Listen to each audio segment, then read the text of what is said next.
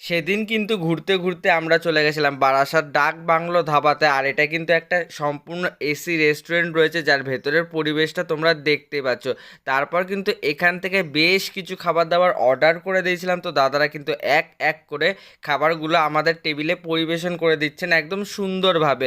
তো দাদারা পরিবেশন করে দিক, তারপর আমি তোমাদের দেখাচ্ছি কি কি অর্ডার করেছিলাম আমরা। তো যেমনটা দেখতে পাচ্ছ, আমরা কিন্তু অর্ডার করেছিলাম চিকেন টিক্কা কাবাব, এর সাথে কিন্তু অর্ডার করেছিলাম চিকেন হারিয়ালি কাবাব, এছাড়াও কিন্তু অর্ডার করেছিলাম তন্দুরি চিকেন উইংস, এছাড়াও কিন্তু আমার ফেভারিট ক্রিস্পি হানি চিকেন, এছাড়াও কিন্তু অর্ডার করেছিলাম চিকেন ভর্তার সাথে বাটার নান। তো চলো সবার আগে ট্রাই করব কিন্তু এই চিকেন টিক্কা কাবাবটা, আর এটা কিন্তু খেতে বেশ সুন্দর ছিল। তারপর কিন্তু ট্রাই করলাম আমার ফেভারিট ক্রিস্পি হানি চিকেন, আর এটা খেতে কিন্তু দুর্দান্ত ছিল। এছাড়াও কিন্তু ট্রাই করলাম এই যে হারিয়ালি কাবাবটা রয়েছে, এটাও খেতে দুর্দান্ত ছিল। সত্যি কথা বলতে ডাক বাংলো ধাবার সমস্ত রকম খাবার দাবারই কিন্তু খেতে দুর্দান্ত ছিল।